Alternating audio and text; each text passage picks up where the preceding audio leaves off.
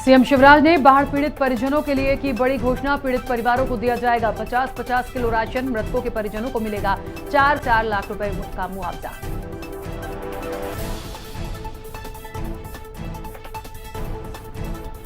Corona संक्रमण के बढ़ते मामलों पर बोले गृह मंत्री नरोत्तम मिश्रा। प्रदेश में कोरोना संक्रमण के मामलों में आई कमी। सरकार ने की तीसरी लहर की तैयारी पूरी।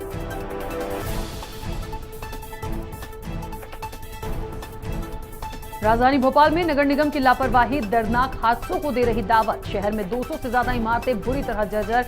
कभी भी हो सकता है बड़ा हादसा।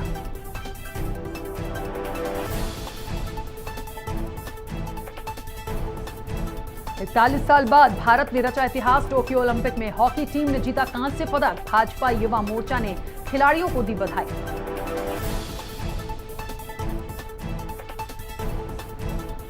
और शुजालपुर में बारिश से उफान पर नदी नाले। खेतों में पानी भरने से फसलें बर्बाद। मौसम विभाग ने किया हाई अलर्ट जारी।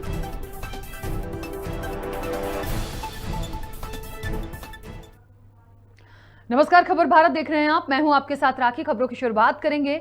मुख्यमंत्री शिवराज सिंह चौहान ने बाढ़ पीड़ितों के लिए अनाज वितरण की व्यवस्था की है। सीएम ने घोषणा की बाढ़ पीड़ित परिवारों को 50 किलो अनाज दिया जा रहा है। प्रधानमंत्री गरीब कल्याण अन्न योजना के तहत अनाज वितरित किया जाएगा। प्रभावित इलाकों में समारोह जैसा कार्यक्रम हम नहीं करेंगे। लेकिन अनाज तो बांटना ही है हमको। बाकी जिलों में सब जगह कार्यक्रम होगा ही, लेकिन वहां अनाज वितरित करना और उसमें हम 50 kg ऐड कर दें। प्रभावित परिवार को 50 किलो और अगर हम अभी दे देंगे तो उनको काफी तात्कालिक राहत मिलेगी। कुछ जगह आप पहल करें, एकदम संभव नहीं मैं जानता हूं, लेकिन क्या 50 किलो आटा दे सकते हैं हम उनको? जहां जहां ये संभव होगा 50 किलो आटा दे दें। हमें हम केवल ये वितरण करेंगे। और हम देश भर में 41 वर्ष के लंबे इंतजार के बाद टोक्यो ओलंपिक में भारतीय पुरुष हॉकी टीम ने इतिहास रच दिया है। आपको बता दें कि बीजेपी प्रदेश मंत्री राहुल कोठारी ने कहा कि पूरा भारत जोश से भरा है। भारत के राष्ट्रीय खेल हॉकी में 41 साल बाद भारत ने पदक प्राप्त किया। साथ ही उन्होंने कहा कि बीजेपी युवा मोर्चा जश्न मनाने के लिए कार्यक्रम का आयोजन कर रही है। युवा मोर्चा द्वारा चलाए जा रहे अभियान में चीयर फॉर इंडिया के तहत मिष्ठान वितरण और सेल्फी पॉइंट कार्यक्रम का ये आयोजन किया गया। उन्होंने आगे कहा कि देश में मोदी जी के नेतृत्व में खेलों को बढ़ावा मिल रहा है। पूरा भारत जो है इस समय जोश से भरा हुआ है। भारत का राष्ट्रीय खेल हॉकी, जिसमें 40 साल से हम पदक प्राप्त नहीं कर पाए थे, हमने पदक प्राप्त किया है। निश्चित रूप से अपने आप में ये देश का जो जोश है, देश के युवाओं का, देश के बाकी लोगों का जो जोश भारतीय टीमों के साथ में था, उसकी बड़ी जीत हुई है। इसको जश्न के रूप में मनाने के लिए आज भारतीय जनता युवा मोर्चा और भारतीय जनता पार्टी अरेरा मंडल ने मिलकर एक कार्यक्रम आयोजित किया है। आप देख रहे हैं कि जनता भी बहुत हर्षोल्लास से भरी हुई है। निश्चित रूप से खेल भावना, जिसकी हम बार बार बात करते हैं, वो जब टीम और मैदान में दिखाई देती है तो आप जानते हैं नतीजा क्या होता है। यही टीम भावना आगे भी दिखाई दे। सबको साकार करने के लिए हम लोग मैदान में आए। हमारा पूरा विश्वास है आने वाले समय में आप और भी अच्छे रिजल्ट देखेंगे। आज भारतीय जनता युवा मोर्चा मध्य विधानसभा के नेतृत्व में यह कार्यक्रम चीयर फॉर इंडिया कार्यक्रम किया गया, जिसमें सभी नागरिक बंधुओं को हम लोगों ने मिठाई वितरित करी और सभी नागरिकों में हर्ष और उल्लास का माहौल है। चूँकि लगातार हमारे प्लेयर विगत वर्षों में जैसा प्रदर्शन था उससे उत्कृष्ट प्रदर्शन यहाँ पे कर रहे हैं। सभी लोगों में यहाँ पे हर्ष का माहौल था और भारतीय जनता युवा मोर्चा। चलिए आगे बढ़ेंगे। राजधानी में नगर निगम की लापरवाही दर्दनाक हादसों को दावत दे रही है। भोपाल में 200 से ज्यादा इमारतें ऐसी हैं जो मौत के आशियानों में तब्दील हो चुकी हैं, लेकिन नगर निगम ने हर साल बारिश के पहले इन्हें जमींदोज करने की कार्रवाई अब तक शुरू नहीं की। राजधानी के फतेहगढ़ फायर स्टेशन के समीप कई भवन जर्जर हो चुके हैं जो बारिश में कभी भी ढह सकते हैं। शहर में करीब 100 से अधिक ऐसे भवन हैं जिनकी उम्र 100 वर्ष से भी अधिक है। इनकी सर्वाधिक संख्या पुराने भोपाल में है। भीड़ भाड़ वाले क्षेत्रों में शामिल इमामी गेट, इकबाल मैदान, चौक बाजार, हमीदिया रोड, पीर गेट, जुमेराती में जर्जर इमारतें हादसों को न्योता दे रही हैं। रहवासियों का कहना है कि नगर निगम और प्रशासन इस ओर कोई ध्यान नहीं दे रहा है। जर्जर इमारतें कभी भी लोगों की जान ले सकती हैं। वहीं नगर निगम मामले में पल्ला झाड़ रहा है। उधर नगरीय प्रशासन मंत्री भूपेंद्र सिंह का कहना है कि जल्द ही जर्जर इमारतों को गिराया जाएगा।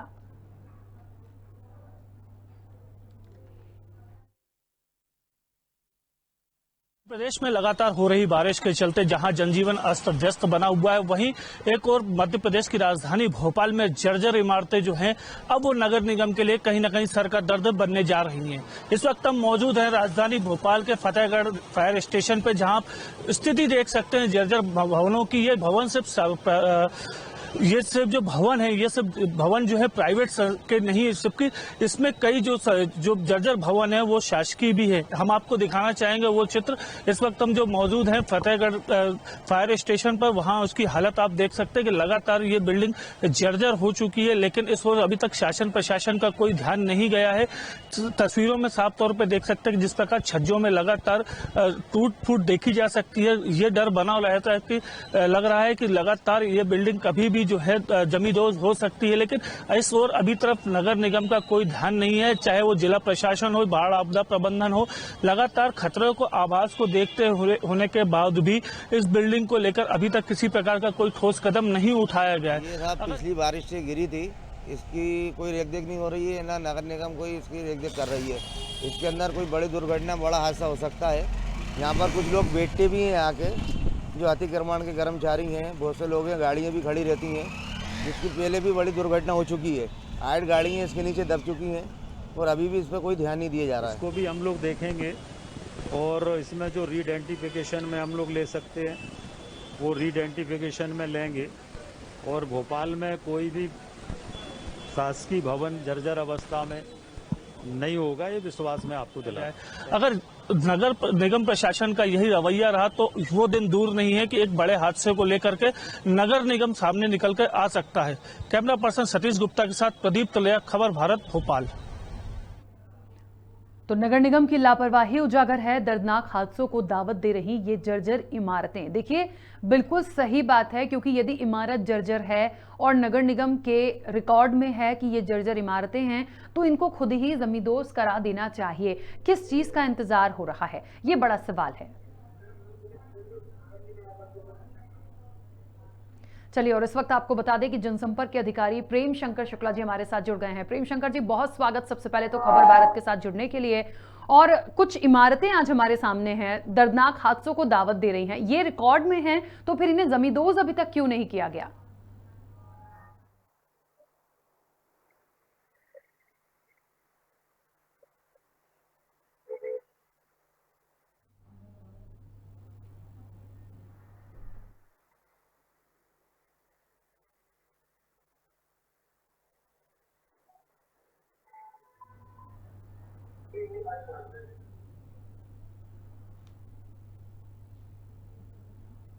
तो आपको बता दें कि लगातार जो इमारतें हैं उनको जमींदोज किया जाना है, लेकिन अब तक नहीं हुआ है। निश्चित तौर पर बारिश का मौसम है और कभी भी कोई हादसा हो सकता है। आपको बता दें कि फतेहगढ़ फायर स्टेशन के समीप कई भवन हैं जो जर्जर हो चुके हैं और कभी भी ढह सकते हैं। प्रेम शंकर शुक्ला जी लगातार हमारे साथ जुड़े हुए हैं, जो कि जनसंपर्क अधिकारी हैं।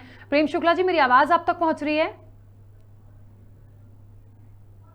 चलिए, मुझे लगता है प्रेम शंकर जी से हमारा कनेक्शन नहीं हो पा रहा, दोबारा कनेक्ट करने की कोशिश करेंगे। लेकिन आपको बता दें कि कई ऐसी इमारतें हैं जो जर्जर हो चुकी हैं। शहर में करीब 100 से अधिक ऐसे भवन हैं जिनकी उम्र 100 वर्ष से भी अधिक है और इनकी सर्वाधिक संख्या पुराने भोपाल में है। भीड़ भाड़ वाले क्षेत्रों में शामिल इमामी गेट, इकबाल मैदान, चौक बाजार, हमीदिया रोड, पीर गेट, जुमेराती में जर्जर इमारतें हादसों को न्योता दे रही हैं। चलिए, और एक बार फिर हमारे साथ जनसंपर्क अधिकारी प्रेम शंकर शुक्ला जी जुड़ गए हैं। प्रेम शंकर जी, आप मेरी आवाज सुन पा रहे हैं?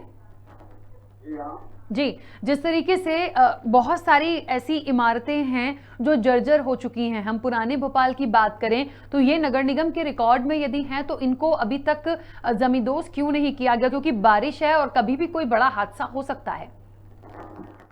देखिए, नगर निगम भोपाल शहर में जो भी जर्जर इमारतें चिन्हित करता है उनको विधिवत नोटिस जारी करता है। नोटिस जारी करके उनको भवन स्वामियों से खाली करने के लिए कहता है।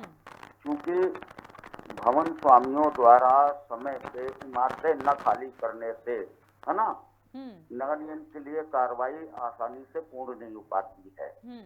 क्योंकि कई बार क्या होता है कि किराएदार और मकान मालिक के विवाद या किराएदार द्वारा किसी न्यायालय में दस्तक देने से या किसी फोरम में किसी वैधानिक संस्था में जाने से हमें जो कार्रवाई करने में सुगमता होना चाहिए, उसमें काफी दिक्कतें होती हैं। शहर में जो भी जर्जर इमारतें हैं उनको नगर निगम समय पर चिन्हित करता है और समय समय पे ऐसी इमारतों को चिन्हित करके उन पर कार्रवाई की जाती है। अच्छा प्रेम शंकर जी, पुराने भोपाल की हम बात करें, ऐशबाग स्टेडियम क्षेत्र में काफी भवन पुराने हो चुके हैं, उनको खाली करने के लिए नगर निगम भोपाल द्वारा नोटिस भी जारी किए गए, क्योंकि वो संपत्तियां किसी अन्य की हैं, किसी अन्य एजेंसी की हैं, तो उनके विस्थापन की कार्रवाई संबंधित एजेंसी को सुनिश्चित करना है। उसमें क्या होता है कि अगर बलपूर्वक खाली कराना, ये कराना, तो वो मानवीय दृष्टिकोण और वैधानिक रूप से भी कई जगह उचित नहीं होता है, जिससे का कार्रवाई में विलंब होता है। ऐशबाग स्टेडियम के बगल में आपने देखा है बड़े पैमाने पे एक एजेंसी के मकान बनाए गए थे जो जर्जर हो चुके हैं। उनको नगर निगम खाली कराने के लिए कठोर कार्रवाई भी कर चुका है, यहाँ तक कि जल प्रदाय भी उनका रोका गया था, सीवेज सिस्टम भी किया गया और उनको माननीय निगम आयुक्त महोदय द्वारा कई बार निरीक्षण भी किया गया, नागरिकों को समझाइश भी दी गई, लेकिन वो मकान खाली करने के लिए तैयार नहीं है। तो बड़े पैमाने पर जो मकान वहाँ जर्जर हैं, शहर के कई क्षेत्रों में जहाँ पर मकान हैं, वहाँ पर रहवासी द्वारा अपनी जान की सुरक्षा के लिए भी घर नहीं खाली किया जाता है, तो वहाँ पर शासन और प्रशासन के लिए एक मुश्किल भरा कदम होता है। लेकिन फिर भी शासन और प्रशासन जो है हर संभव प्रयास यही करता है कि शहर में जो भी जर्जर है, जिस जान माल की हिफाजत की जा सके, नागरिकों को सुरक्षित रखा जा सके, उनको तोड़ने की कार्रवाई की जाती है। अच्छा प्रेम शंकर जी, हमारे संवाददाता ने कुछ आज सर्वे किया है, जिसमें से इमामी गेट हुआ, इकबाल मैदान हुआ, हमीदिया रोड, पीर गेट, जो मिराती में कई ऐसी इमारतें हैं जो जर्जर हो गई हैं। इन्हें कब तक गिराया जाएगा? ये इसलिए देखिए जरूरी क्योंकि पूरा एरिया जो पुराने भोपाल का है वहां भीड़ भाड़ बहुत होती है। देखिए, आप जो कह रही हैं, जैसे हमीदिया रोड है, हमीदिया रोड बस स्टैंड में हमारी नगर निगम के स्वामित्व की दुकानें थी। हमने उनको बहुत जल्दी निर्णय लेकर उनको तोड़कर नए सिरे से कॉम्प्लेक्स बनाया जा रहा है। हमारा केंद्रीय कर्मशाला जो पुराना था, जो 30-35 साल पहले भवन बने हुए थे, वो काफी पुराने हो चुके थे, उनको तोड़कर नए सिरे से वहां पर कॉम्प्लेक्स बनाया जा रहा है। इसी प्रकार से जहां पर हमारा आज का फायर ब्रिगेड कार्यालय है फतेहगढ़ में, उस भवन को भी पीछे से लेकर निगम कर्मचारियों को क्वार्टर से लेकर कार्यालय तक, इन सब स्थानों को तोड़कर बनाने की कार्रवाई की जा रही है। विधिवत टेंडर हो चुके हैं, वर्क ऑर्डर भी हो चुका है, केंद्रीय कर्मशाला में तोड़कर वहां के स्थान को रिक्त किया गया और निर्माण कार्य शुरू होने वाला है। तो जहां पर जितनी सुगमता से कार्य हो सकता है, नगर निगम प्रशासन वहां पर किसी भी प्रकार से कोई विलंब नहीं करता, तत्परता पूर्वक कार्रवाई करके उस पर नए प्रोजेक्ट बनाता है। जहां तक दूसरी एजेंसियों का है कि उनके जो भवन जर्जर हैं, जैसे आप न्यू मार्केट है, न्यू मार्केट में एक कोऑपरेटिव बैंक की बिल्डिंग है, वो जर्जर है। नगर निगम वहां के व्यवसायियों को विस्थापित करके, उनको कुछ दिन के लिए विस्थापित करके वहां नया कॉम्प्लेक्स बनाने जा रही है। तो किसी व्यक्ति को वहां से हटाना थोड़ा सा मुश्किल काम होता है, लेकिन काफी प्रयास करने के बाद समझदार व्यक्ति होते हैं, शहर के नागरिक, तो काफी हद तक हम सरलता से हमें हासिल होती है सफलता, और उसके आधार पे हम करते हैं। तो न्यू मार्केट में भी 2 फेज में अभी हमारे 2 कॉम्प्लेक्स बन रहे हैं। तीसरा फेज हमारा जो है वो भी जल्दी शुरू होने वाला है, उसको तो भवन को तोड़कर नए सिरे से वहां कॉम्प्लेक्स बनाया जाएगा, है ना। तो कहीं भी पर भी जो आपका कहना है कि कहीं पर भी नगर निगम प्रशासन शहर में कहीं पर भी जर्जर भवन को तोड़ने में कहीं भी हिचक नहीं दिखाता है। बिल्कुल, तो शहर के नागरिकों की जान माल की सुरक्षा के लिए वो सदैव तत्पर रहता है और सुगमता से कार्रवाई करता है। ठीक है, चलिए प्रेम शंकर शुक्ला जी, बहुत शुक्रिया खबर भारत के साथ जुड़ने के लिए। तो आपको बता दें, नगर निगम में जनसंपर्क अधिकारी हमारे साथ जुड़े थे और उन्होंने कहा कि ये बात बिल्कुल ठीक है कि जर्जर इमारतें हैं, लेकिन ऐसा नहीं है कि कार्रवाई नहीं कर रहे हैं। कई बार ऐसा हुआ है कि निरीक्षण करने के बाद पहले नोटिस दिया जाता है, नोटिस के बाद भी कुछ लोग ऐसे हैं जो उस जगह को खाली नहीं करना चाहते हैं, तो हम एकदम से ये कार्रवाई नहीं कर पाते। लोगों को भी सहयोग करना चाहिए। बहरहाल जो भी है, कुछ कमियां तो लेकिन होंगी ही, इसलिए हम कह सकते हैं क्योंकि अभी बारिश का मौसम है। इंतजार किस चीज का हो रहा है? वो खाली नहीं करेंगे तो क्या किसी हादसे का शिकार होना चाहते हैं? और या फिर नगर निगम है और निश्चित तौर पर आप एक दबाव बनाइए, उन्हें बाहर करिए, उन्हें समझाइए और उन तमाम इमारतों को ढहा दीजिए ताकि कोई हादसा बड़ा ना हो पाए।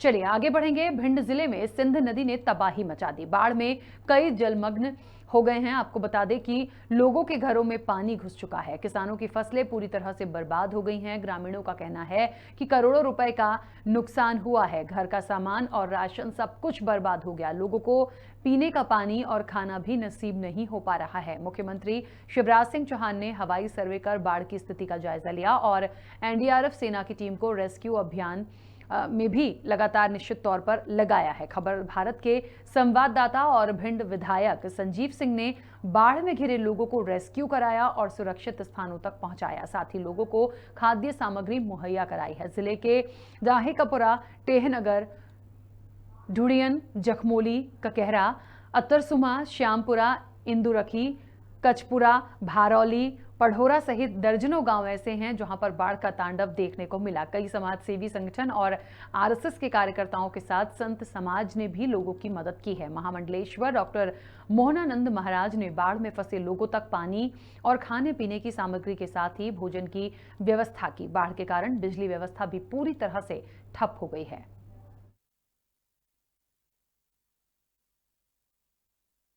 इस समय माननीय सदर विधायक संजीव सिंह कुशवाहा जो कि जखमौली गांव के लिए जो लोग फंसे हैं, बोट पर बैठकर स्वयं रेस्क्यू करवाने के लिए जा रहे हैं। तो जी विधायक जी बताएं, लगातार भिंड में बाढ़ की स्थिति बनी हुई है और आप कहां गए, कौन कौन गांव में आपने जाके रेस्क्यू करवाया? देखिए, सुबह से मैं अतरसुमा, ककारा, अब मैं जखमौली आ गया हूँ।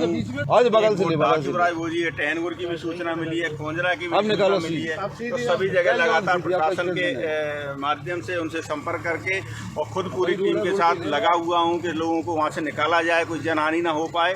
नुकसान तो बहुत हुआ है, लेकिन फिर भी सभी लोगों की मुस्तैदी से कोई अभी तक जनहानि नहीं हुई है। अभी इससे पहले आपने अतरसुमा और ककारा में फंसे लोगों को भी निकलवाया, कितने लोग थे और कैसे निकाले गए? देखिए, अतरसुमा में बेहड़ में 2 लोग फंस गए थे, उनको एनडीआरएफ की टीम ने रेस्क्यू किया और ककारा में 4 लोग हेलीकॉप्टर ने रेस्क्यू किया।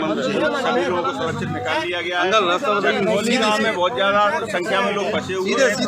एनडीआरएफ की टीम आ गई है और वहाँ पर जा रहे हैं काफी संख्या में। वहाँ पर जखमौली के अलावा और कौन से ऐसे गांव हैं जो रेस्क्यू की गुहार लगा रहे हैं? अब टहनगोर है, टुड़ियन है, खोंजरा है, धाकापुरा है, ऐसे कई गांव हैं जहाँ पर लोग फंसे हुए हैं। एनडीआरएफ की टीम द्वार और धाकापुरा पहुँच गई है, वहाँ भी उनका रेस्क्यू ऑपरेशन शुरू हो गया है। इसके बाद टहनगोर और खोंजरा। तो अभी आप देख रहे थे भिंड विधायक संजीव सिंह कुशवाहा लगातार बाढ़ के बाद जो हालत खराब हुए हैं और स्वयं आज वो बोट पर सवार होकर और जखमौली गांव में रेस्क्यू के लिए जा रहे हैं। लगातार लोगों के बीच में बने हुए हैं। कोई व्यवस्था नहीं, हम खुद जो ठाड़े 3 जने से बाहर को बैठो मत हमारे दानों नहीं करो बाहर गल्ला पानी से लुटिया टका तो हमने बस उतना काट नहीं पा। अभी सो जाने का हो तो है खाली करके जाएंगे कहूँ ऊपर अपनी रिश्तेदारी में कहीं बाहर निकलेंगे और क्या जगह चिन्हित नहीं करवाई? अभी कोई जगह चिन्हित नहीं की गई, कोई कुछ नहीं, ना अभी कोई खाना ना कोई कुछ नहीं। प्रशासन आता है, बोल जाता है कि आप ऐसा करो वैसा करो, लेकिन करता कोई कुछ नहीं। बस मेहंदा तरफ में सूचना मिला है, हमारे एसपी साहब वहीं जा रहे हैं क्योंकि हमारा रेस्क्यू टीम भी रोन तरफ जाना है। अगर मेहंदा पुल में इश्यू आ रहे हैं तो उनका रेस्क्यू टीम को भी हमको या तो बोट में या तो एयरलिफ्ट करके रोन के तरफ जहाँ जो मडावरी और जो इंदौर की वाला में जो लोग में जो पिडौरा में जो लोग इश्यूज आ रहे हैं तो वहाँ हम शिफ्ट करने के प्रयास करते हैं। 24 घंटे में घटने का स्थिति है सिंध नदी में, क्योंकि वहाँ जो मोहिनी रिजर्वायर से और जो मडिकेड़ा से पानी जो छोड़ा जा रहा है वो बहुत कम कर दिए हैं। तो इसमें आज शाम तक की पानी कम होने का कई जगह हम घूम के आए, बहुत देखा, बहुत भयंकर स्थिति है, लेकिन इसमें जन सहयोग बहुत हो रहा है बड़ी अच्छी तरह से। पुलिस का, रेस्क्यू टीम का, पत्रकारों का, जनप्रतिनिधियों का, हमारे विधायक जी का, डीएसपी साहब का, सबका बड़ा सहयोग अच्छा है। और हम लोग भी जो जिनको भोजन नहीं मिला है उनके लिए भोजन लेके आए।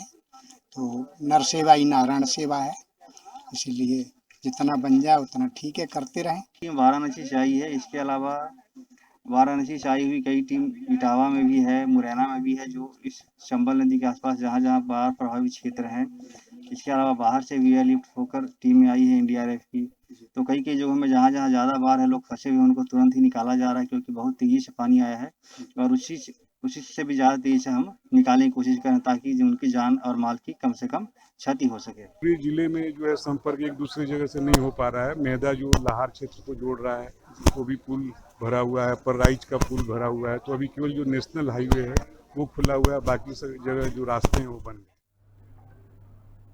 चलिए, इसी के साथ इस बुलेटिन में फिलहाल इतना ही। आप बने रहिए खबर भारत के साथ।